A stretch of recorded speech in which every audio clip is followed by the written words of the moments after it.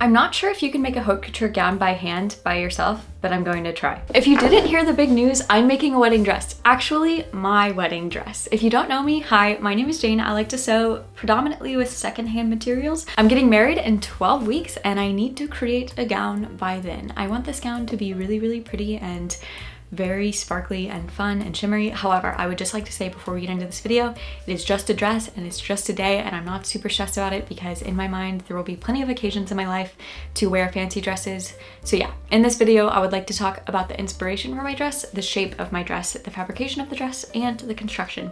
Shape is just going to be what it looks like from the outside. Fabrication is obviously what kind of fabric I'm using, but also what am I doing to the fabric. I have some really exciting plans for that. And then construction is how it's actually going to be made, and this is really what I need to figure out before I start the construction of the dress. So that's the plan for today. Oh yeah, and I will also have timestamps below in case you want to skip around.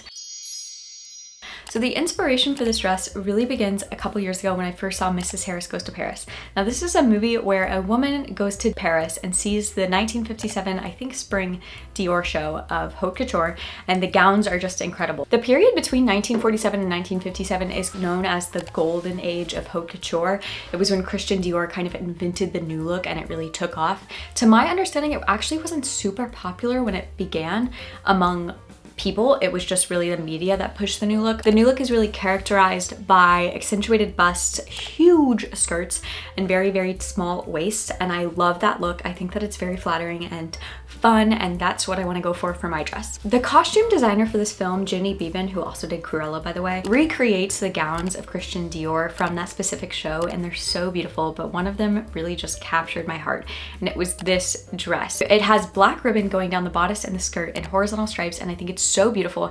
And when I first saw this, I thought, I want to get married in that dress, but I want to do it myself, and I want the color of the ribbon to match my husband's suit.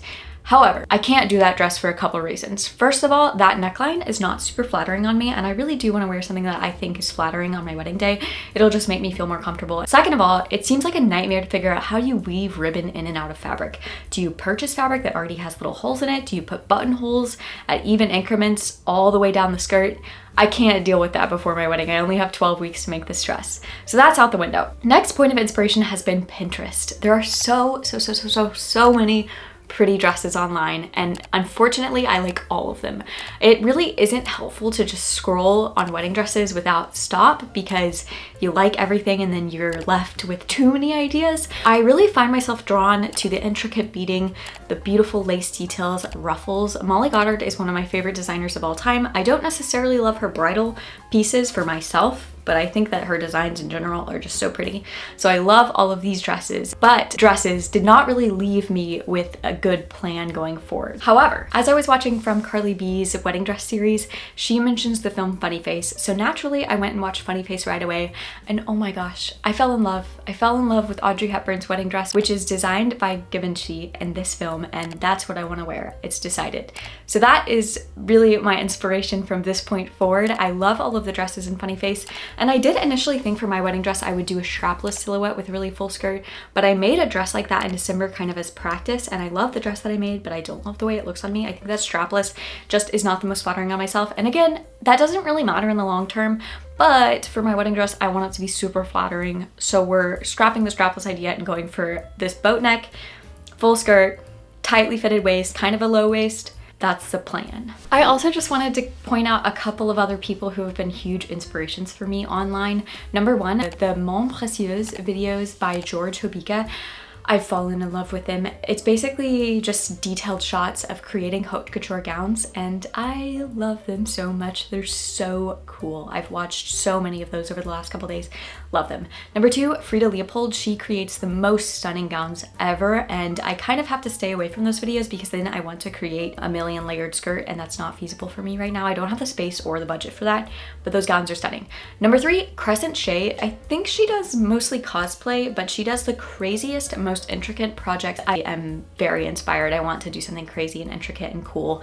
So yeah, I can leave some links below for all of those. I'm actually really excited to create something that's just pretty because usually I'm drawn to weird things. Like this project was one of my latest projects where I put all of my monsters on the t-shirt. So the wedding gown is like the polar opposite, and I'm happy about it. Okay, moving on to shape. Obviously I am pretty certain that I'm doing a boat neck, low-waisted, full skirt silhouette. I've actually done a few sketches in gouache just to get the general vibe of the dress in my head, and I do really like these sketches and I like the way the dress is turning out, but it helps to have just an ink drawing of where the seams are gonna go. I think that that's really beneficial to do before you actually start constructing a dress. It just helps you have a better plan in mind and you're not just fumbling around and making mistakes that don't need to be made, which I'll do anyway.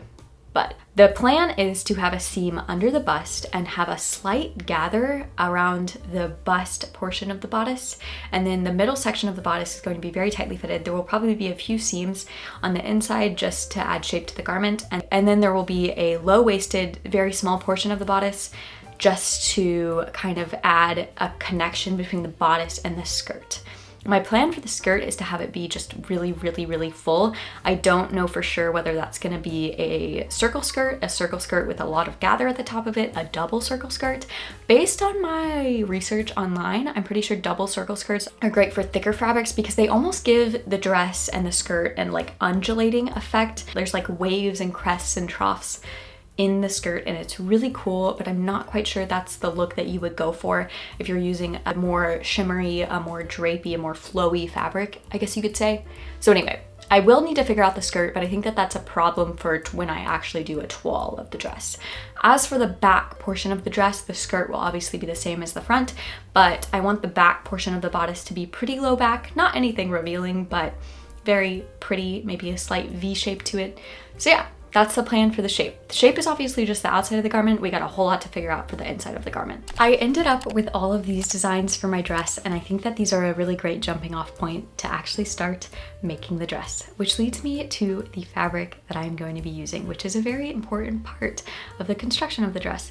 I actually have two parts to the fabrication, and first part is fabric and second part is what I shall be doing to the fabric, which is what I'm really excited about for this dress. So the search for the perfect fabric for my wedding dress actually begins in New York City at the famous Mood Fabrics. I've been to New York a lot of times, but I've never actually been to Mood Fabrics, and so this past December, me and my fiance went and it was so incredible. There are seriously so many beautiful fabrics.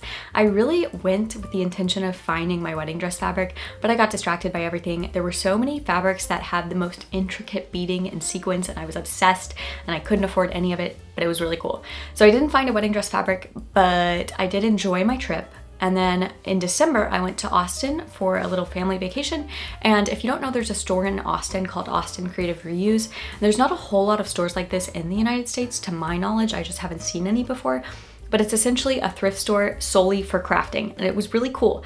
And I thought that they would have a really great selection of fabrics for sale, but they did not. It was mostly just notions and quilter's cotton, and I did buy some, but I just didn't find any large amounts of wedding or fancy dress fabric, taffetas, silks, chiffons, laces, none of that.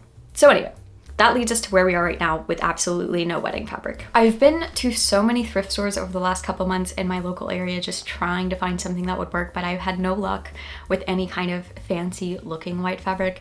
So I did go online and I did end up ordering samples from Fabric Wholesale Direct.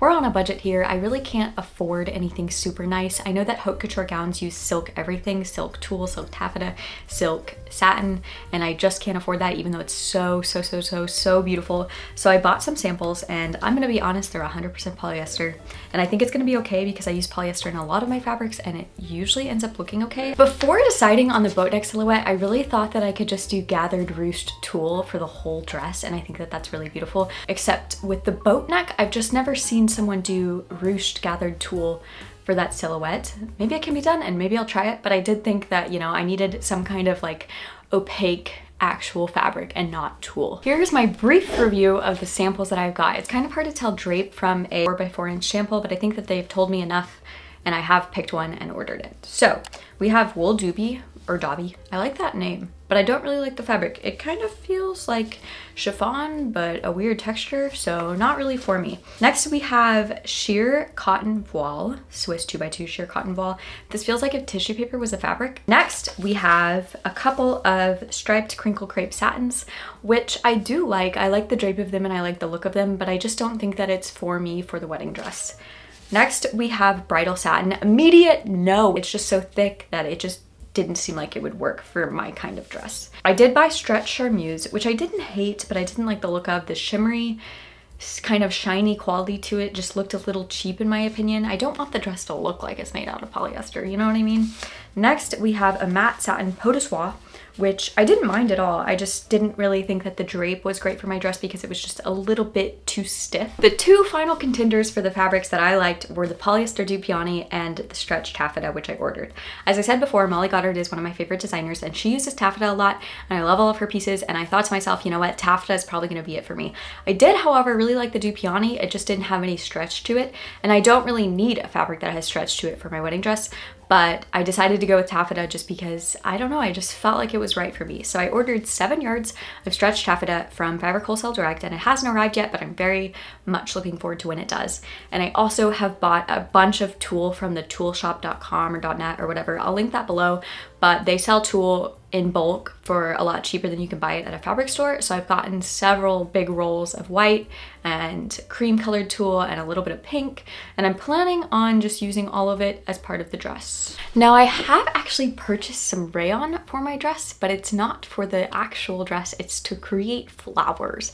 As I said before, I've been watching all those Mon Précieux videos on YouTube because actually in haute couture gowns, they create the flowers that are on those gowns by hand, and I've been looking for fabric flowers online. I've bought some actual just like fake flowers from Hobby Lobby and taken the flowers off of them. I've tried to make my own by zigzag stitching the edges of petals and sewing them on by hand, and nothing has really worked for me until I found that you can use a die cutter to make your own flowers, and I'm so excited about this idea.